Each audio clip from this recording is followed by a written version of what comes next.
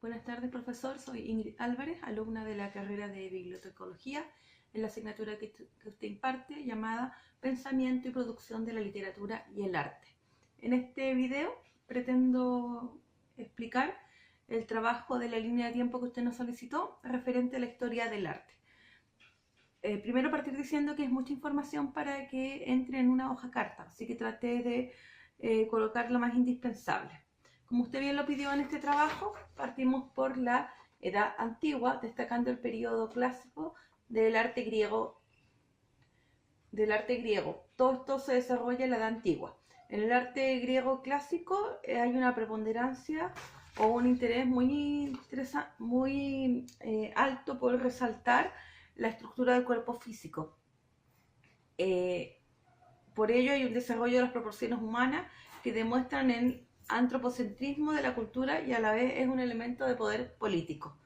En las esculturas, por ejemplo, puse el discobolo de Mirón y la procesión de las Panteneas. En la pintura cerámica, la ánfora ática de Andócides y el pintor Ciax. Y en la arquitectura, el Panteón, que se ubica en Atenas. Para hablar del arte romano, destaqué la estatua de Augusto de Prima y, como usted bien lo explicaba en el video, el mural de Venus de Pompeya. Cabe decir que el arte romano tiene líneas similares al arte griego porque ellos admiraban esta cultura. Y yo no sé si podríamos hablar de una copia, pero sí tienen diferencia en la parte estética, ya que lo romano como que no alcanza tanto detalle o tanta delicadeza en las líneas, sobre todo en las estatuas, como sí lo alcanzaron las griegas. En la Edad Media existen dos periodos artísticos. El románico, que pertenece a la Baja Edad Media, donde este es un arte obviamente cristiano, porque estamos en la Edad Media, ¿no es cierto?, donde destaca la función instrumental de la religión, o sea, del arte como difusor de la religión, y encontré pinturas que son murales de catedrales, como por ejemplo el mural Maestras Domini de San Clemente de Taúl, que está en Barcelona, una ilustración del manuscrito de la vida de San Omar del siglo XII y una arquitectura del portal de la abadía de San Pedro de Moissac. En el periodo gótico, que también es de la Edad Media, pero en el periodo que se llamado Alta Edad Media, del siglo XII al siglo XV, se destaca la arquitectura, ya que aquí busca busca demostrar la magnitud de Dios y de la religión. Le destaca la Catedral de Burgos, ¿no es cierto?, construida entre los siglos XII y XV. En la pintura, a artistas como el Giotto, donde puse como ejemplo Llanto ante Cristo muerto, que refleja el sufrimiento que este periodo quería transmitir, o sea, el valor del sufrimiento como valor cristiano, ¿no es cierto? Y también el retablo de la vida de la Virgen y San Francisco de Asís. En el Renacimiento, ya pasando a la época moderna, pero aún pegada a la Edad Media, ya que usted sitúa el Renacimiento entre el siglo XV y XVI, puedo decir que es un movimiento que se instaló en lo que hoy conocemos como Italia, que no traspasó estos límites culturales, por así decirlo. Este movimiento buscaba recuperar a la figura humana como centro de representación y aporta con la inscripción de la mirada del individuo en la obra. Y esto tal vez se puede reflejar un poco en uno de los cuadros más simbólicos o más representativos del periodo, como es la Mona Lisa o la Gioconda de Leonardo da Vinci. También obviamente está Botticelli, ¿no es cierto?, con el nacimiento de Venus, la primavera y otros cuadros más. En la escultura puse también La Piedad de Miguel Ángel Buonarroti, que continúa pese a que el romanticismo da los primeros pasos a la secularización del arte, aún es un motivo importante de las obras, sobre todo en las Madonas y en las Vírgenes. Después aparece el manierismo, a contar del siglo XVI.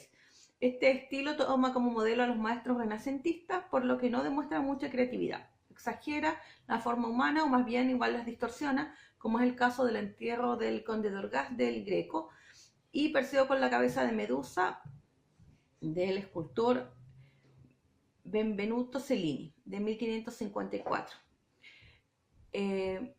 Los siglos posteriores, ¿no es cierto?, en el 17 y 18, se presenta el barroco, que es consignado como el último movimiento con motivo religioso. Este movimiento privilegia el ornato, el contraste, los detalles y las exageraciones. Representación alegórica del enorme poder de Dios. Encontré en este periodo a las Meninas de Diego Velázquez y el Palacio de Versalles en Francia. Luego pasamos a la época moderna, que comprende el siglo XIX y el siglo XXI. En esta época el arte parte con el neoclasicismo que nace en Francia, ¿no es cierto? Y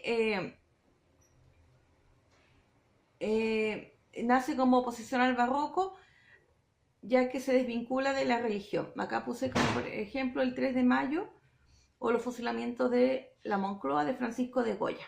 Del periodo siguiente, a final del siglo XVIII, aparece el romanticismo, que surge como la oposición al neoclasicismo, que tiene énfasis en el individualismo, la subjetividad y las percepciones intensas de los artistas. Busca la recuperación del pasado y de la naturaleza. Y acá incorporé a un pintor que usted nos habló en el video, que es William Turner, con su cuadro El naufragio. A finales del siglo XIX surge el naturalismo, que es la representación de la pobreza y clases marginales como muestra del funcionamiento o mal funcionamiento de la sociedad. Y encontré como ejemplo El niño enfermo del pintor chileno Pedro Lira, un cuadro de 1902. El impresionismo surge en la segunda mitad del siglo XIX y es una respuesta a los estímulos de las técnicas modernas. Y su objeto en la representación es la percepción sensible, o sea, es la impresión de la sensibilidad del artista. Acá usted hablaba de Manet, pero yo encontré como ejemplo también a Vincent Van Gogh con su cuadro La noche estrellada, ¿no es cierto? Porque él nos presenta una obra desde la perspectiva de lo que él siente o de lo que él ve. Después hablamos de los movimientos de vanguardia, donde hay un predominio del yo rupturista, inorgánico, desafiante, que incluye el cubismo, el futurismo, el dadaísmo y el surrealismo. Acá destaqué a Salvador Dalí con el sueño causado por el vuelo de una abeja. Y finalmente en el arte contemporáneo destaqué a Andy Warhol como parte del arte pop, aunque también cabe el expresionismo abstracto, el minimalismo, el body art, arte postmoderno y nuevos medios. Es importante decir que todos estos movimientos del arte contemporáneo existen simultáneamente y no nacen como manifestaciones en contra de los demás, sino que pueden convivir en la misma escena artística. Bueno, profesor, con este largo trabajo y esta lectura rápida, le agradezco, ¿no es cierto?, la oportunidad de conocer más acerca de la historia del arte, conocimiento que sin duda nos apoyará en nuestra tarea como bibliotecarios. Buenas tardes.